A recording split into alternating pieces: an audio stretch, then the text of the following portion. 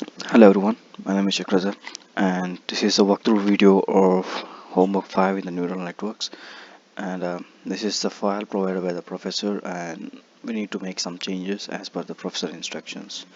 So yeah, first of all, in this assignment we need to make change, we have to write code in the cross entropy function, and the function is already written by the professor, and here in the derivative I have written the code as per the formula.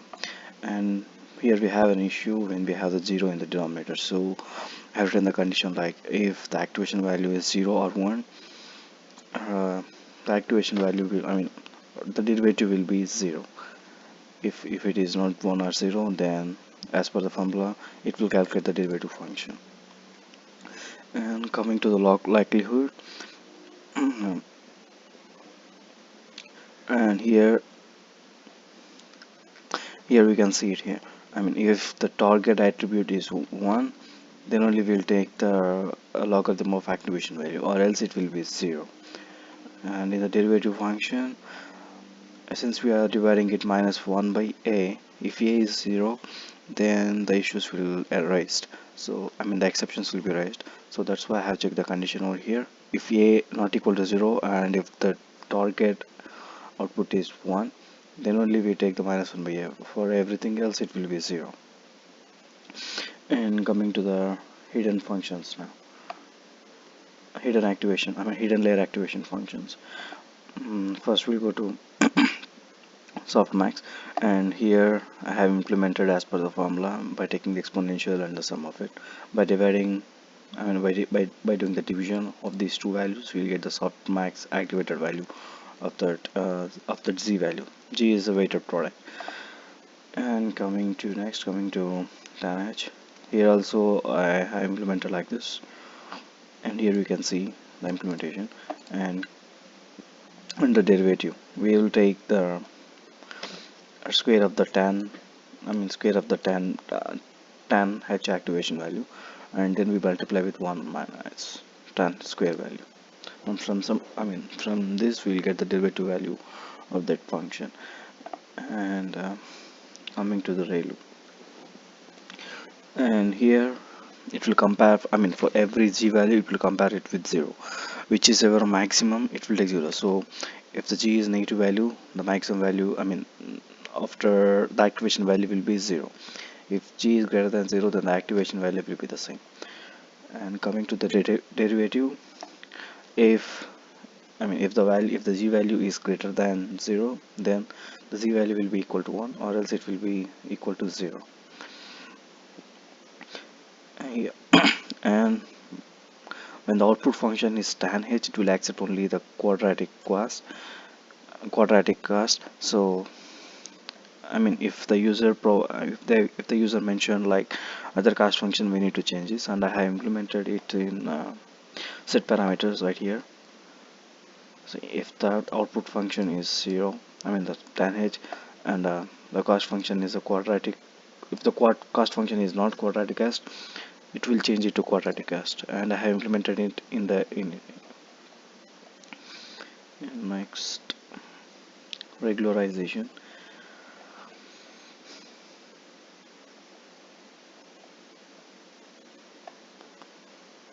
Regularization is we made changes in the total cast and also in the mini batch.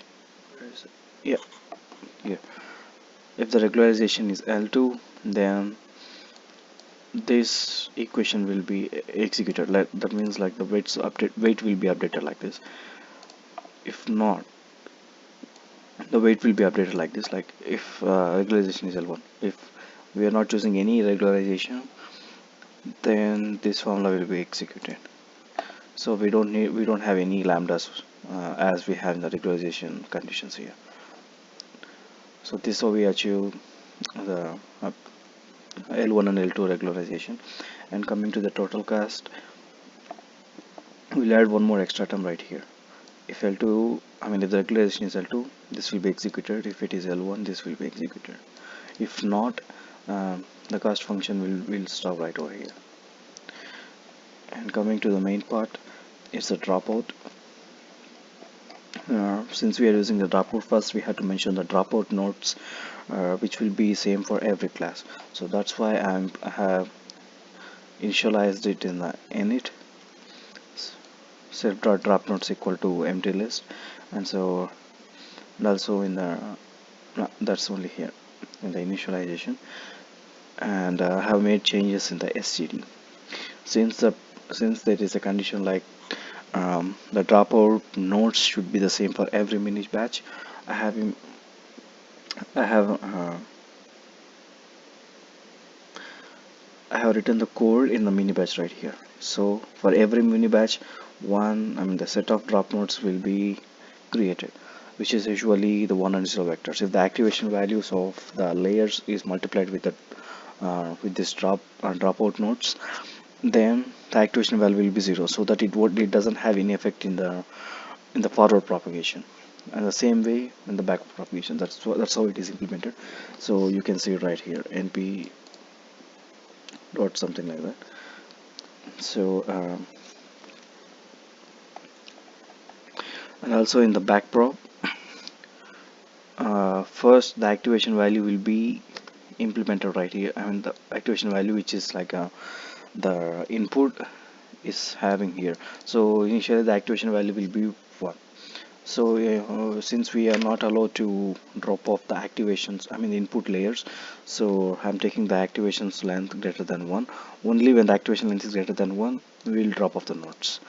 And anyhow, after we calculate the dropout, the final the output value, it won't come back here. So the output value won't be dropped. So only the hidden layers will be dropped right over here. And I forgot to mention one thing here, right here, the SGD. Yeah, why I'm taking the biases for initializing the dropout nodes is biases will be only for the hidden layers on the output. That's why I'm not taking the output here. I'm taking only the biases, and from how I will get the shape of which the dropout nodes we will have it in the hidden layer. So this is how I implemented. And since it's in the when we are updating the yeah when we are updating the weights, all of the derivatives of g is multiplied with activations right over here. So since activations are 0 anyway, uh, the weight lambda w's will be 0 for all of the cases. So that's how we have implemented this. And this is the output files I have generated for the hyperparameter tuning. And since I'm implementing in a different notebook, I'm getting some different values. Thank you.